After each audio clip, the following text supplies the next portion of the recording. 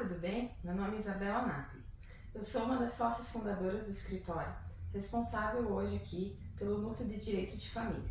Estou aqui com o Gustavo Canuto, nosso colaborador, que hoje vai trazer para vocês um pouquinho do nosso dia a dia sobre um tema bem polêmico e bem interessante, que é a guarda. Pois bem, hoje, como a doutora bem especificou, primeiramente é um prazer estar aqui hoje com vocês conversando, falando um pouquinho sobre o nosso dia a dia. Vamos conversar hoje sobre o tópico guarda. Aqui em nosso escritório, nós vemos que é um tema muito corriqueiro. Por quê? A grande maioria dos nossos clientes sempre tem um probleminha ou outro com a questão da guarda. Claro, nas relações em pais que são separados. Nós temos hoje no ordenamento jurídico duas modalidades de guarda, que é a guarda unilateral e a compartilhada. Pois bem, como o Gustavo bem disse, na grande maioria das vezes esse problema se dá entre casais que se divorciaram, se separaram. Mas é claro que nós também já tivemos, Gustavo, várias discussões entre famílias que, ao mesmo tempo que estão casados, estão discutindo quem é responsável pela criança. E a guarda nada mais é, como o próprio nome diz, a guarda, quem é responsável por aquela criança. E claro, é bem importante deixar claro para vocês que a guarda ela não diz respeito somente ao pai ou à mãe, porque na ausência destes, pode ser um terceiro responsável pelo pai e pela mãe. A propósito, quero trazer aqui para vocês um tema bem interessante que nos surgiu, Gustavo? Que nós tivemos uma cliente que ela nos procurou, por quê? Ela ficou com a sobrinha dela, infelizmente a mãe veio a falecer por uma fatalidade. E o pai, presente, vivo, certo? Ele não tem o mínimo interesse pela criança, pela filha. Essa cliente nos procurou porque ela está com a guarda de fato dessa criança. E a partir do momento que ela veio com uma série de documentos que o escritório pediu, nós procedemos à regularização da guarda dessa criança.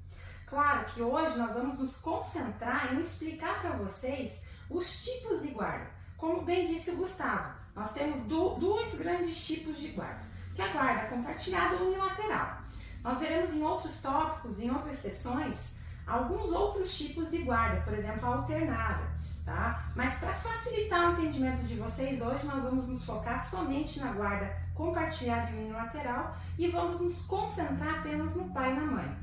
Em próximos blocos nós vamos falar sobre a possibilidade de guarda compartilhada, unilateral e alternada, que não seja do pai e da mãe. Agora eu vou devolver a palavra para o Gustavo, para ele contar um pouquinho para vocês como é o nosso dia a dia com relação à guarda aqui no escritório e quais são os maiores problemas que nós enfrentamos. Até porque eu também sou mãe, mulher, e é natural que nós mulheres, nós temos, Gustavo, você como um ponto masculino pode confirmar isso, mas nós mulheres nós temos um apego maior, com certeza, claro que não que o pai não seja apegado, mas no momento de divórcio, de separação, é inevitável aquele slogan, Com quem vai ficar a criança? Com a mãe. A resposta sempre é essa, com a mãe, a mulher. E na verdade nós vamos ver que não é bem assim que a coisa funciona.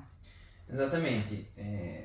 Como a doutora disse, no dia a dia aqui no escritório, a maior dúvida que as partes nos trazem é referente à guarda. Vamos supor, aquele discurso que nós vemos em filmes, em novelas, eu vou tirar a guarda de você.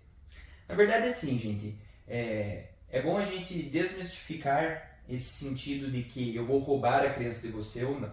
A guarda nada mais é do que as decisões de uma pessoa sobre um menor, sobre uma criança, referente à vida civil desta criança. Vamos supor, quem tem a guarda da criança, independente sendo guarda unilateral ou compartilhada, irá decidir em qual escola a criança vai estudar, se a criança irá fazer um curso de natação, de inglês. Quem é responsável pelas decisões da vida da criança é o detentor da guarda.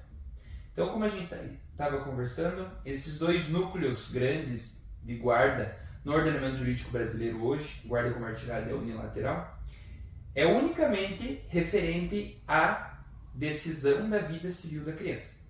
Isso é um núcleo alternado ao núcleo de alimentos e de visitas, bem como de fixação de lar. É exatamente, bem colocado aqui pelo Gustavo. Por quê? Porque quando o cliente vem até o escritório, ele procura o escritório, principalmente quando estamos se divorciando, né? Ou até mesmo fazendo uma dissolução de uma união estável, que são temas bem corriqueiros aqui no escritório, procurados.